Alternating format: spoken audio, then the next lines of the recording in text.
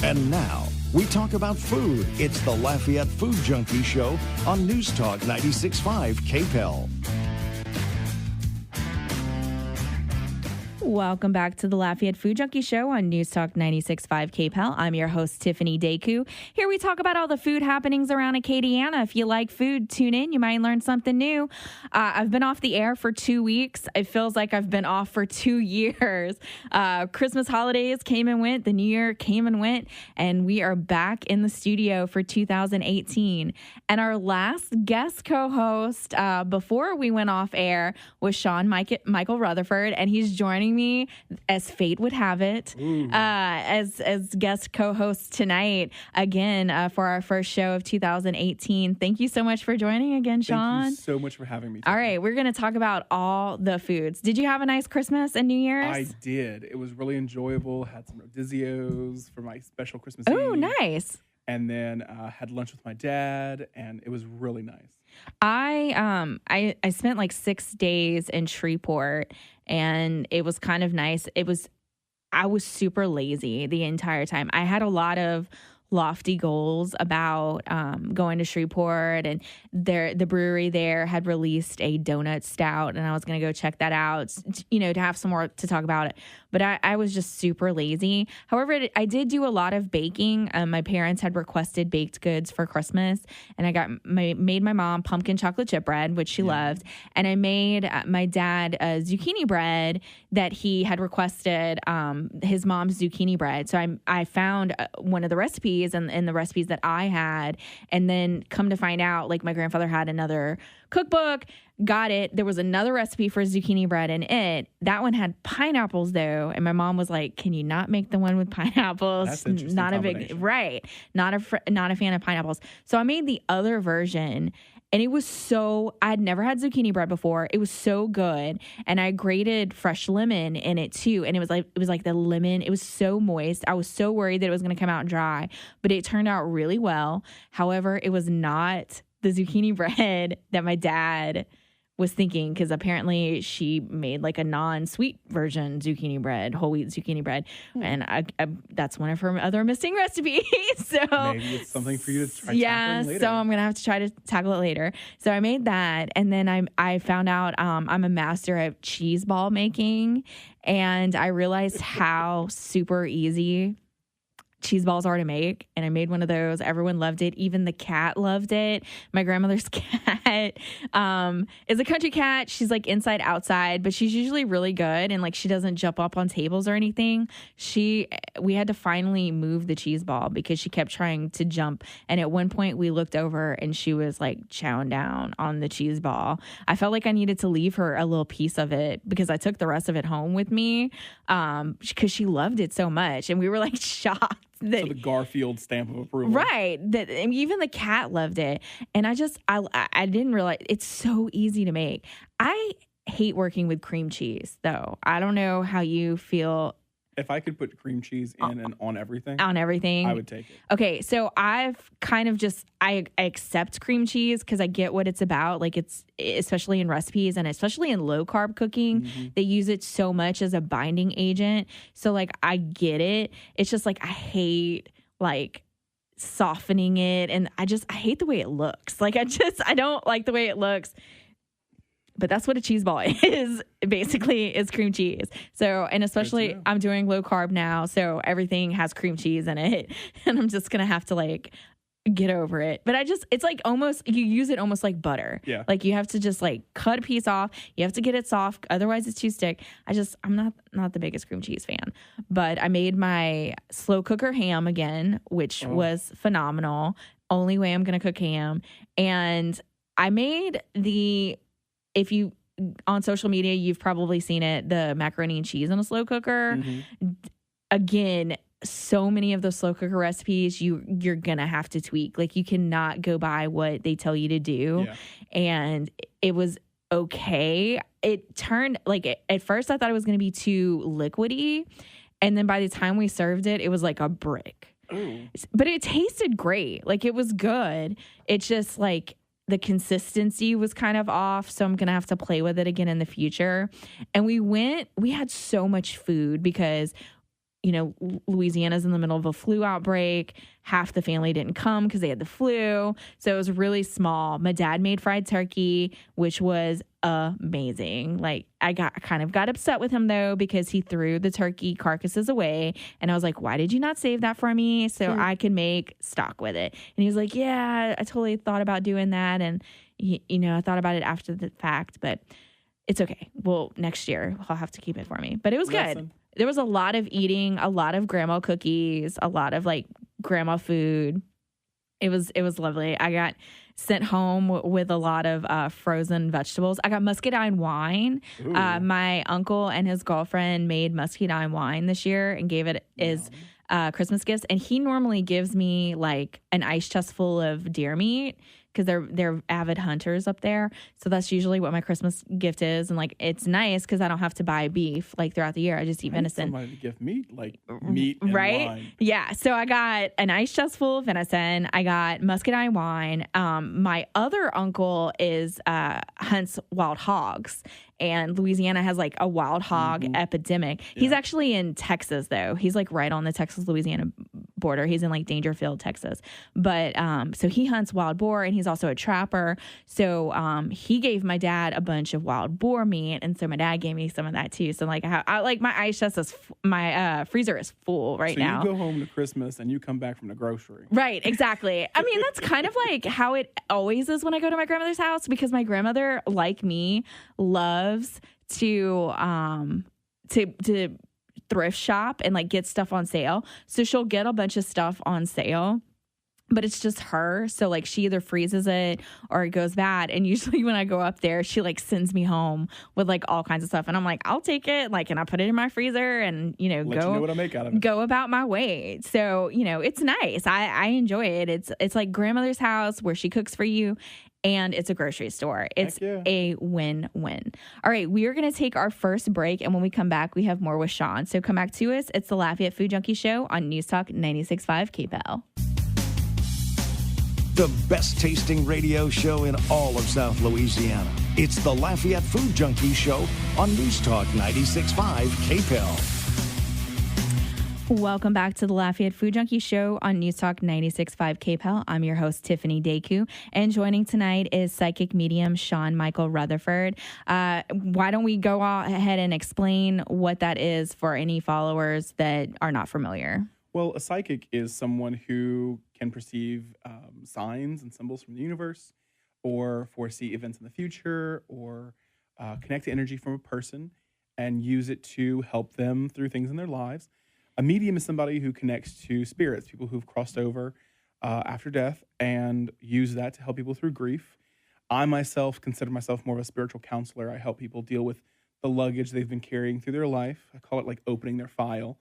And then through that, I work with connecting to their loved ones to get them those messages that only those loved ones could give you. Like my mother, who's now passed, could only say things in a certain way that nobody else could replicate. So if I'd hear it from her, it made me feel better.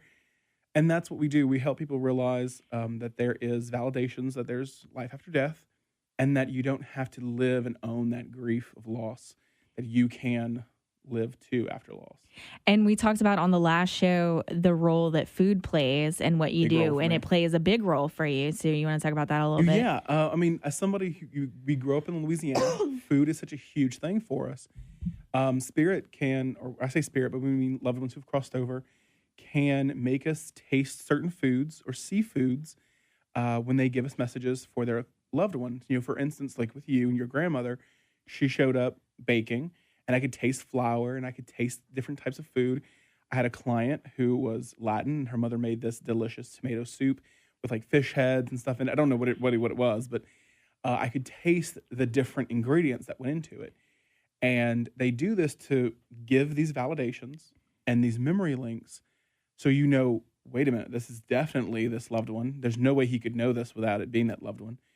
And what's great about it is it reminds them, oh yeah, I remember that food that she used to cook. I'm going to go home and cook this, and I'm going to reconnect with my loved one. And sometimes it'll be, they were really terrible cooks because I'm tasting these really terrible, salty Doesn't puff taste pastries. really good, right? Doesn't taste very good. Not everything we taste is delicious. But it's this great memory link. And so food definitely plays a part, especially when somebody like me, who's a foodie, like yourself, it's one easy way for spirits to get me messages. And we also want to say that Sean is actually moving from the area. He's going to be moving to New Orleans. So you're still going to come back like once a month, though. Absolutely. You said. I teach classes here to help people understand how to connect to intuitive information because it's something that's natural. We can all do it.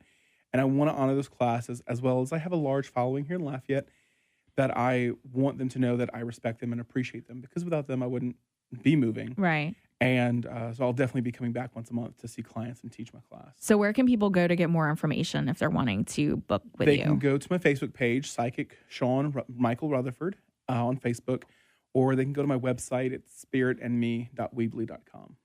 All right. And on that note, we're going to start talking about food. Yes. All right. So Eater New Orleans posted an article last week that the Washington Post had done a blind taste test, and I want to specify that this test was done in D.C., of 5 fast food chain biscuits.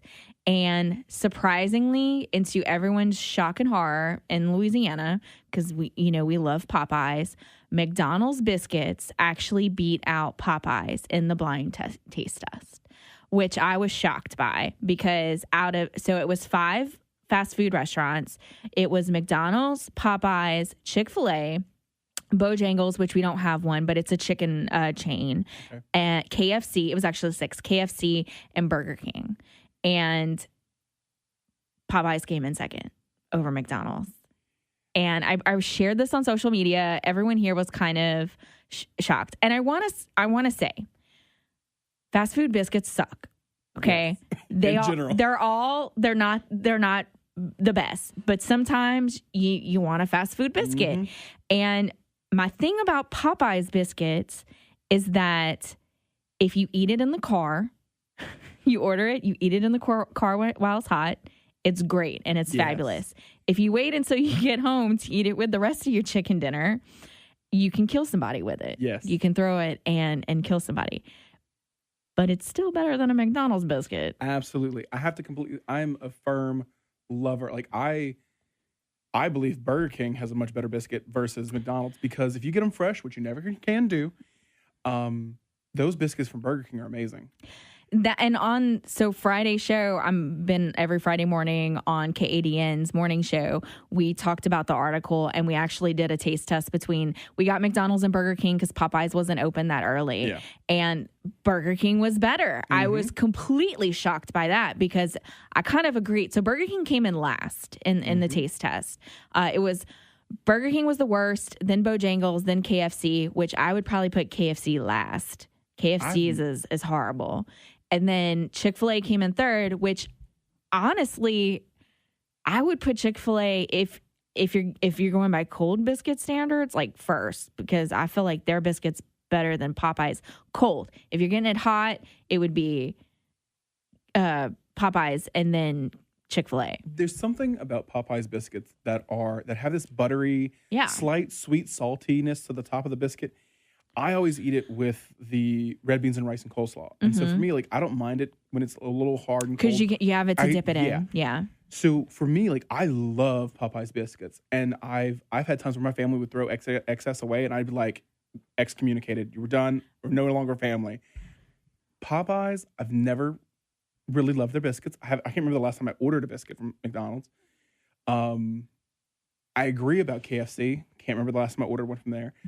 Burger King's only good when it's hot and fresh, and that never happens. Like I fully believe that I think Popeyes puts a little more oomph into their biscuits because when you get them, they stacked, like they are thick and they're layered.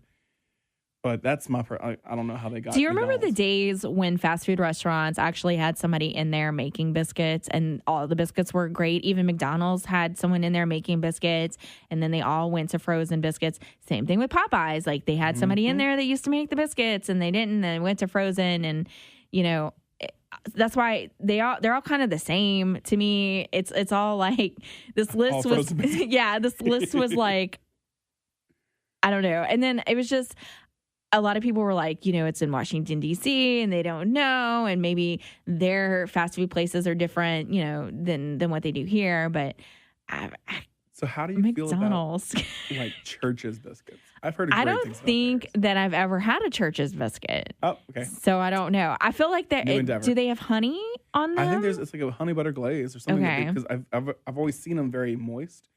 And I have friends who like swear by Church's biscuits. I've apparently become the Lafayette expert on biscuits because I've now done an interview with Country Roads magazine about biscuits in the area. We did this blind taste test on air with the fast food biscuits. So I'm apparently I'm your girl if you're wondering about biscuits in Lafayette. So I guess I'm going to have to try the Church's one. So that being said, biscuit mistress, where is your favorite biscuit? Blanchard's Barbecue. That was the whole big thing. Blanchard's Barbecue has my favorite biscuit in town. You can get it Saturday mornings at the Munkus horse farm over there. And I feel like it's all the grease from the meat, the barbecued meat. Oh, you've got me And now. then it's an egg, potatoes, and then you can add a cheese sauce. And I want to have them smother the cheese sauce all over everything. Again, you got to get it hot because the first one that I had, I went right in first thing in the morning. I had to work that day. So I went just to get that, went home and ate it. And I was like, this is amazing. Wanted to sing about this biscuit. It was so great. Second one I had was later in the day, and it was actually their last one. Ooh. It was not as good. It was cold. It was, you could tell temperature wise. So the biscuit thing is you got to get it hot. That's it. Feel about Mel's Diner biscuits? I have not had a Mel's Diner biscuit in a very long time. So I can't say what do you think? They carry that banner world's best biscuit. I love their biscuit. It's I find when I go, if I'm going to order a bread, I'm going to get their biscuit. And it's a huge biscuit. It's very thick.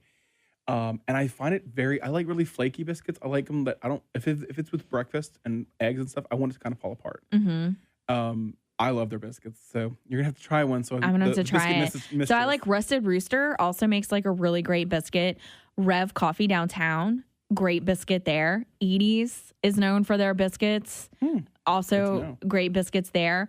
Do you remember... Did you ever eat at the Kettle? Did you have a Kettle biscuit? No. Okay, so Kettle biscuits were the size of your head, and they were more a bready. They were more like a bread than real dense. They were kind of light and fluffy, and you would put 4 things of butter on them. Super healthy. Oh, absolutely. And they were really. I remember them being really good when the Kettle was down on Johnson Street. But yeah, I wonder if does that sound similar to Mel's? I wonder if they have... Theirs is pretty large, and it's very flaky, and it's crumbly. I don't know. It doesn't sound like the Kettle's biscuits. Okay. See, and so the Burger King biscuit was crumbly, and that's why I preferred it to the McDonald's one. But if it's too crumbly, and you pick it up to eat it, and it crumbs apart, then it's kind of meh. This isn't a good, grab and go. Burger King biscuits will melt in your mouth. And I had never had I was like... Because the producer at KADN was like, I like Burger King biscuits. And I was like, you're crazy. I was like, I've never had a biscuit from Burger King before. I always get a croissant sandwich. That's what you got at Burger King. And I haven't eaten Burger King in years. We'll just say that too.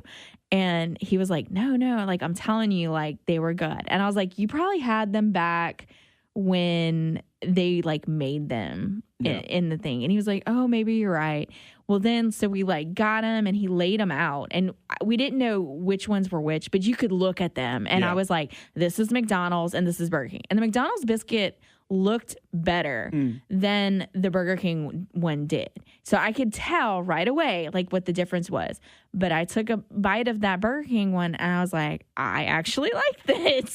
This is way better than the McDonald's one. So it was a little bit of a shocker. I really just want to give props to anybody who hand makes their biscuits for a restaurant. Right. Because can we just talk about how hard it is to make biscuits? I will admit, I do not know the first thing about making biscuits. I have never made them myself. That is something that I'm going to try one of these days. And you have to put a lot of butter in it. Oh, yeah. My mother was an amazing baker, and she, her thing was that she would always overmix it. And if you overmix it, they become rock hard. And she's like, Sean, I'm not even touching it, and it's coming out rock hard. Like, she could never mask her biscuits, so we always used pop biscuits.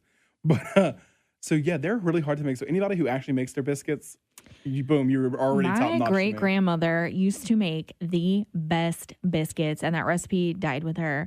But it was like a big deal if you went to her house and she made biscuits and gravy. Like, the rest of the family would be super jealous of it. Like, you'd call them on the phone and be like, Mama's making me biscuits and gravy. And then they would get like so upset. Like, it was like a big thing. That and her rolls. Like, that's like what she was known for. But maybe it's a magical grandmother thing. Yeah, maybe it is.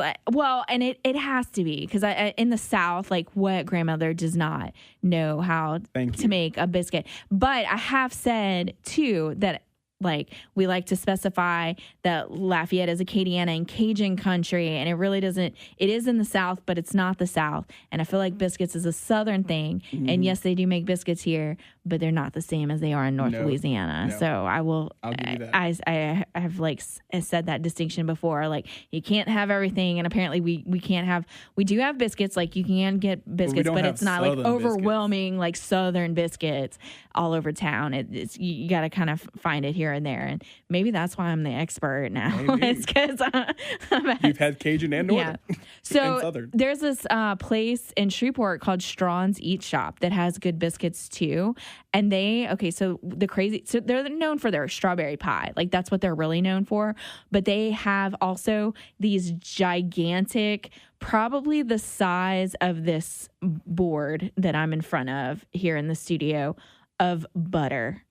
And it has its own Instagram page. I can feel my arteries talking. It's just, and they get it because they like, you order your biscuit and then they slather that on there and then they send it out, or they like put it on the grill. Like, it's right there. And there's like people come in. I took pictures of it. I think I posted it on Instagram when I did my big Shreveport tour. But yeah, it's like a thing of itself. So biscuits is all about love, butter, and not overstirring. Yes. And on that note, we're going to take another break and come back with Sean. So come back to us. It's the Lafayette Food Junkie Show on News Talk 96.5 KPEL. From Boudin to the best burgers Acadiana has to offer, it's the Lafayette Food Junkie Show on News Talk 96.5 KPEL. Welcome back to the Lafayette Food Junkie Show on News Talk 96.5 KPEL. I'm your host, Tiffiany Deku, and joining tonight as guest co-host is Sean Michael Rutherford, spiritual counselor. Yes. All right, spiritual counselor who is moving to New Orleans. I'm so sad, but he's still going to come back once in a while. Absolutely. I got to grace y'all with my present. Yeah. Okay, so I've been doing for the past month now the morning shows on KADN talking about food, and part of what's been awesome about that is they've been having different chefs on to cook in the morning. Nice. And this past one, they had a chef from Dragos, and so now I specifically know how to pronounce it. It's not Dragos, it's Dragos. And he did something with Cajun caviar, and I've had it before, and I can't remember what restaurant in town. I'm thinking that I had it at Charlie G's, but it's a locally made, it's out of New Orleans, locally made caviar that's made from Chupek, and they do it in the Russian style. Apparently, Emeril Lagasse's wife is one of the co-owners of the company. So he came on, and he took like a tortilla, which was just kind of like to serve it on, but he took goat cheese, the caviar, and then like a little bit of onions and cilantro, and it was delicious. I bet. And I was like, this is great. I was like, I do not like caviar. I could take it or I love this Cajun caviar. Like, I couldn't eat a lot of it, but it was like real good, like as an appetizer or whatever. I love Charlie G's used to have a dish where it was like the potatoes with creme fraiche, and it had like the caviar on it, which I'm thinking that's where I had the Cajun caviar. But it was delicious. So I got, after the show, like when I went to work, I got online and I was like, oh, I want to see like if I can purchase it, locally somewhere. So I got on the website, And for one container, it was $90. So not going to be getting fancy with the Cajun caviar at my house. So I was like, of course. Get one. Yeah. You get that little tiny piece that you got to have in the studio. Like, that's what you get. But they also make a spicy version that they make with ghost peppers, but they take the heat out. Like, it was spicy. It was spicy, but it's not like, I'm going to die spicy. So they take that out of it. So it was delicious. So if you see Cajun caviar, and I'm assuming that Drago's has it on the menu, and that's why he came and he was cooking it, but it was so good. I don't eat. Okay, we're going to start talking about Wasabi, which just opened. Yeah. To switch from sushi and the caviar that's on top of the sushi. I'm not usually a big fan of. I really like it. I think when it's used really well, like I know we're going to be talking about wasabi, and I always mention sushi masa. Sushi masa really uses it really well on theirs because there was this roll called the Nemo where they put a really good dollop of the little black Toppico caviar on it, and the saltiness of it with the salmon, just because salmon's really kind of sweet and buttery. See, and I'm not a big fan of salmon rolls either. I like tuna, and I don't like cream cheese in my rolls either. Speaking of cream cheese, I gotta have it. Okay. It worked really well because the buttery sweetness of the salmon with the saltiness of the caviar just really worked. But with wasabi, like, this place has been open a week and a half. And I got to tell y'all, we went today for lunch and they were busy. They were really busy. And we need this because not only is it all you can eat sushi, like you go in, it's one price. And I think it's $22.99. And that includes the hibachi, which is what I was excited about. It's 200 items and the whole menu. So I was expecting to be like, okay, where's the price per for the dinners? And she's like, oh, no, it's all included. So far, everything that I've had, I've gone twice. And everything I've had is fantastic. And they actually have something I've never seen before, a sushi pizza. Yeah, that's like their big item. Yes. And it's what it is. It's just a rice patty, deep fried, and they put the spicy salmon or whatever it is you want on it that they have. And it's cut up into 8 pieces. And it's really, really good because one of the things I don't like about the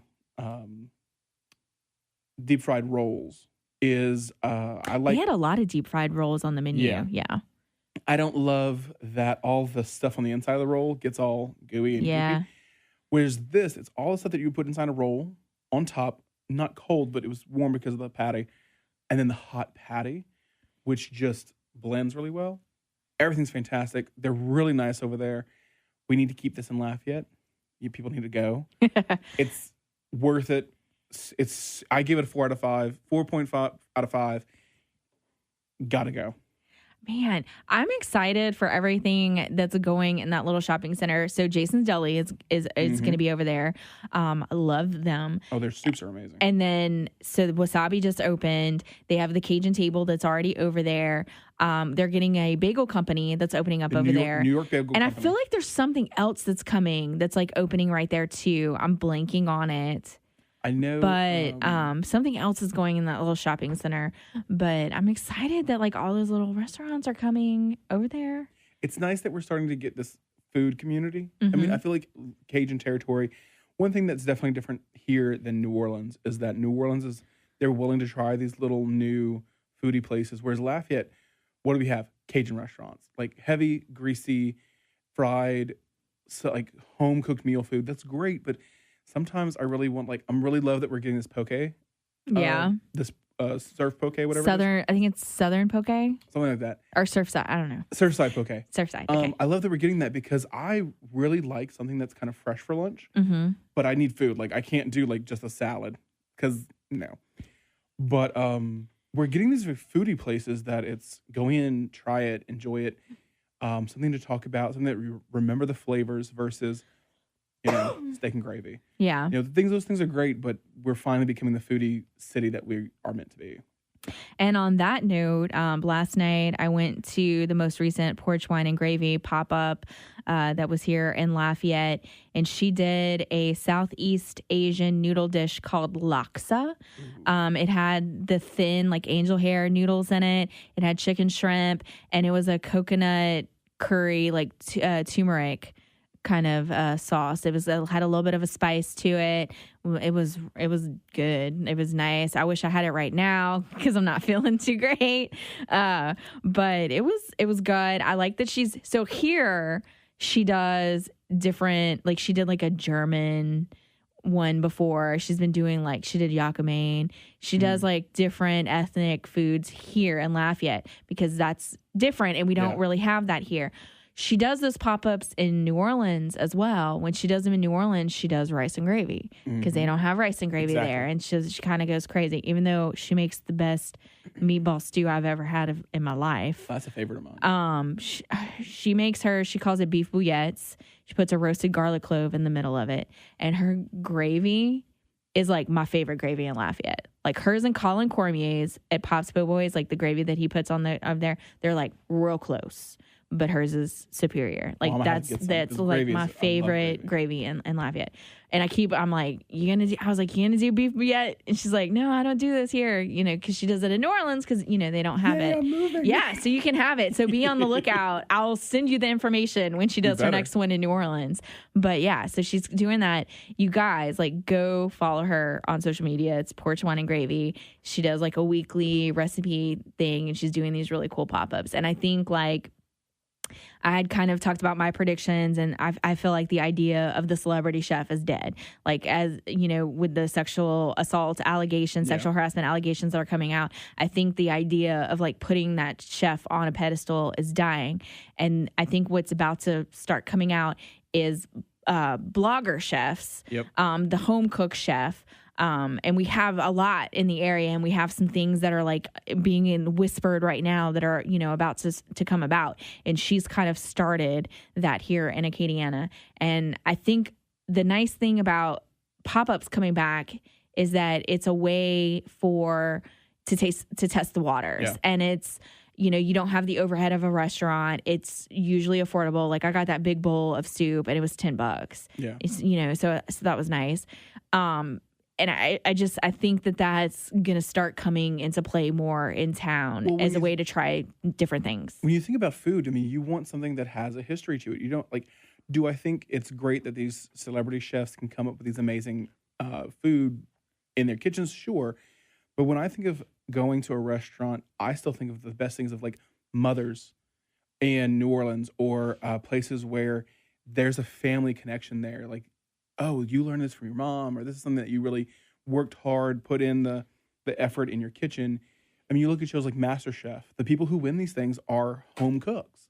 They are people who are in their kitchens at home, feeding their families. And they're kind of wanting, looking for the next thing. Exactly. Yeah. They're willing to try new things because, let's think about it. As a mother who has, a single mom with 3 kids, you have to please all 3 of your kids, as well as yourself, who's an adult.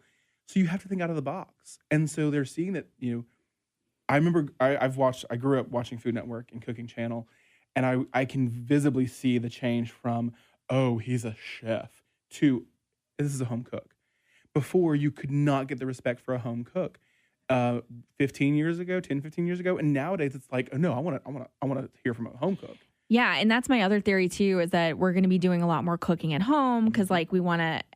For me, that's a stress relief. Oh, yeah. And it's we want to have more control. It's fun. It's something different. You can get together with your friends, do little cooking dinners. So I feel like there's a lot more cooking that's going to be going on at home. That's why those things like Blue Apron and HelloFresh are becoming more popular, is because people are wanting to cook at home. I was literally thinking that I was going to mention it. And just oh, there we go. I pulled it out. There you go. I remember growing up and thinking, the ideal date is cooking for the person you're on the date for. Yeah. Having them come to your house, having a glass of wine. And then it became going out to dinner. And now I see that slowly going back into that, because I know if someone cooks me a meal, I can see the work they put into it. I can taste the love they put into it. Versus if you go out, I'm going to have this expensive bill. I have a bit of a memory, but I can do that at home with your house cheaper, or get involved in the cooking with you. That's an experience that you can't get anywhere else. When I was living with my ex-boyfriend last year, I stopped dining out a whole lot, mainly because we couldn't afford, to dine out anymore. And I did so much more cooking at home and cooking with him. And it was so fun. And I needed that. Like, I needed that break. I needed to learn that, I can cook at home. And now I prefer to cook at home as opposed to dining out. Like, for me to dine out, like, I have to be like, I really want to be, do that. And especially like dating wise now, at first, like, dining out, because I don't want strangers in my house. But if I get to know somebody after a time, like, I want to cook for you. And the fact that I want to cook for you, like, that's kind of a big deal. And it's usually like the third date anyway. Yeah, like third or fourth date. Don't do it on the first date. No. Please, everyone out there, do not do that on the first date. All right, on that note, we're going to take another break. So come back to us. It's the Lafayette Food Junkie Show on News Talk 96.5 KPEL. She puts the wow, yum into words. It's the Lafayette Food Junkie herself on News Talk 96.5 KPEL. Welcome back to the Lafayette Food Junkie Show on News Talk 96.5 KPEL. I'm your host, Tiffiany Deku, and joining tonight is Sean Michael Rutherford. He is a spiritual counselor that resides here in the New Iberia area, but is moving to New Orleans. So let's plug again where if people want to get more information about the services that you offer, where they can go and get that. So they can find me on Facebook at Psychic Sean Michael Rutherford on my Facebook page. Or they can go to my website, which is spiritandme, all spelled out, .weebly.com. And I just want to promo next week's show real quick. So next week, our guest co-host is going to be Al Abair. He is known as the gas station gourmet, and he goes around the country and he reviews gas station restaurants. So it's pretty cool little gig that he does there. So we're going to come on the show. What's hilarious is he's also the morning show producer on KADN, and he's terrified about coming on the radio. And I'm like, you work in TV. Yeah. And so that's going to be fun because he's terrified to do it, but he's going to do it. So it's going to be exciting. Okay. So one of the places that you talked about recently, and then I saw somebody else post about it, is this place called City Diner, and it's in Metairie. Is that right? Yes. Okay. So it is on one of the service roads to the I-10 that goes through when you're going into Metairie. It's not exactly hard to find. You definitely need to Google it if you've never been there, because you kind of have to go roundabout to get there because it's set on a bit of a one-way that interlocks with like a two-way road that goes into a one-way. So it's one of those kind of streets in New Orleans. This is okay. So I can't go to New Orleans without going there at least once when I go. Okay. They are known for their pancakes that are the size of a large pizza. Yeah, they're huge. They are served on a large metal pizza tray. And when you get it to go, it's served in a large pizza box. Oh my God. And if you need it, if you like eat half of it, they give you a medium-sized pizza box to take home. Their pancakes are made with cake flour and cake mix. And so it's not sweet, but it's definitely a denser, but at the same time fluffy. Like it's so this mind warp pancake, right?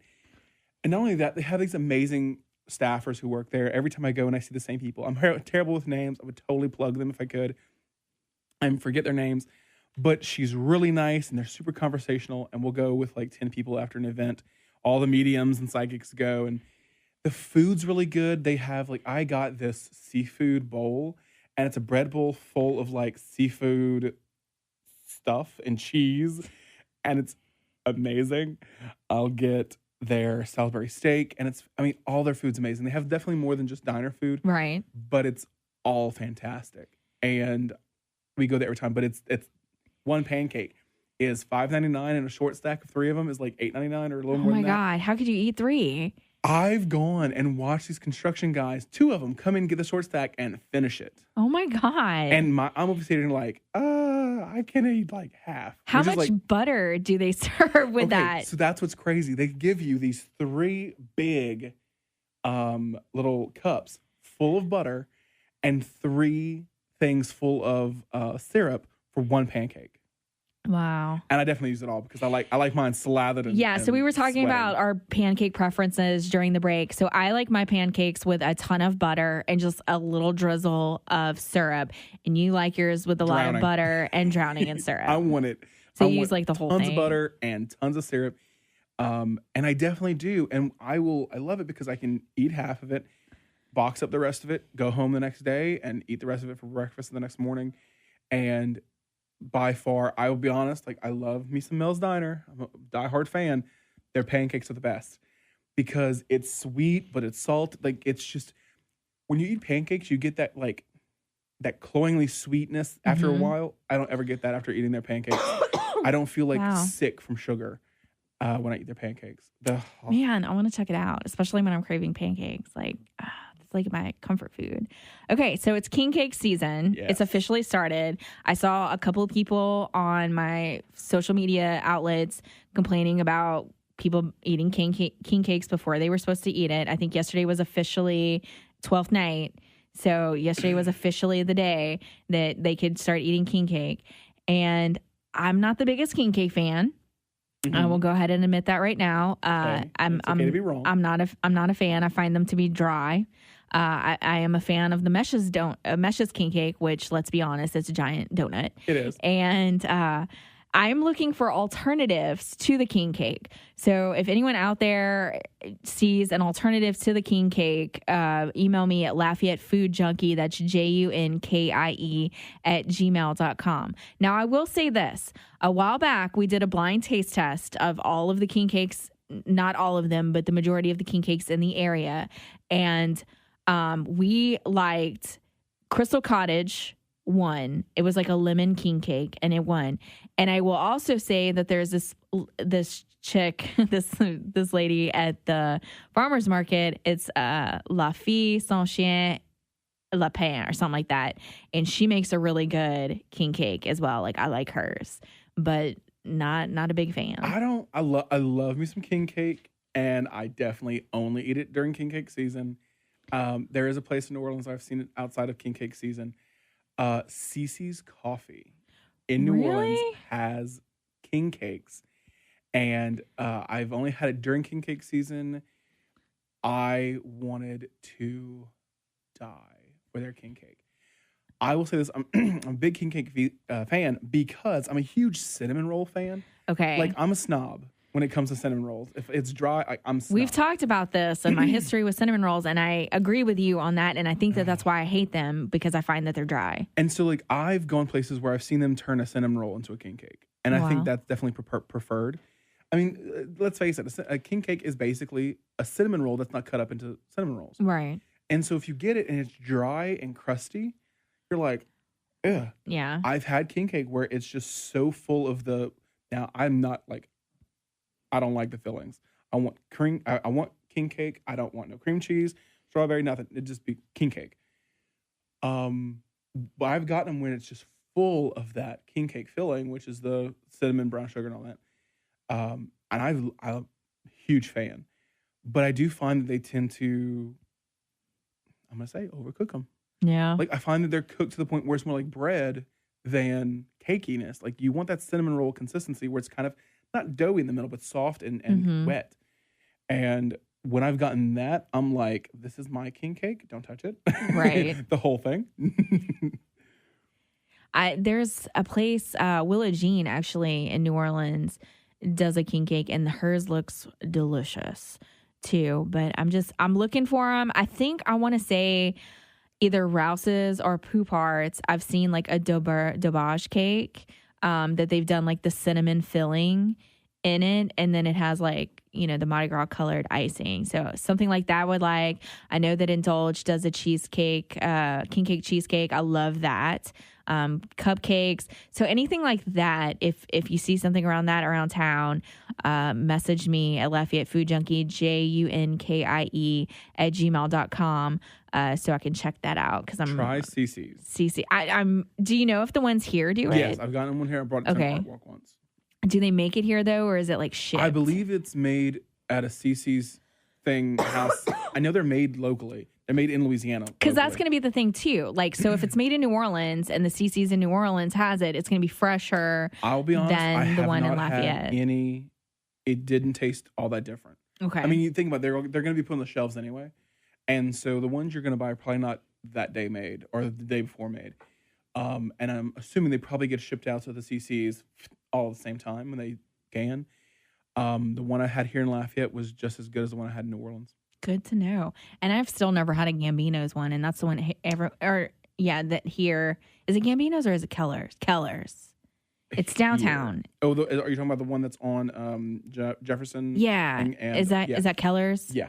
Keller's is the one everyone goes crazy for here, and I've never had that one, and that one's supposed to be like a phenomenal one. Have you had that one? No, King Cake Troop, I guess. Okay. Well, they sell out a lot. People, you have to go wait in line for it. Like, that's how popular they are. So I'll have to get us one. Yeah, we will. We're going to have to do that. Sean, thank you so much for coming on the show again. Thank you so much. We're going to have you come on again, like when you're in your... Absolutely. Yeah, we're going to have you come on again because this was so much fun. It went by fast. I love it. All right, that's our show. Thank you so much for tuning in. Join us next week, Sunday at 6 p.m. This is Tiffany Deku on News Talk 96.5 KPEL, and this is the Lafayette Food Junkie Show. Thanks for listening, and as always, happy eating, Acadiana.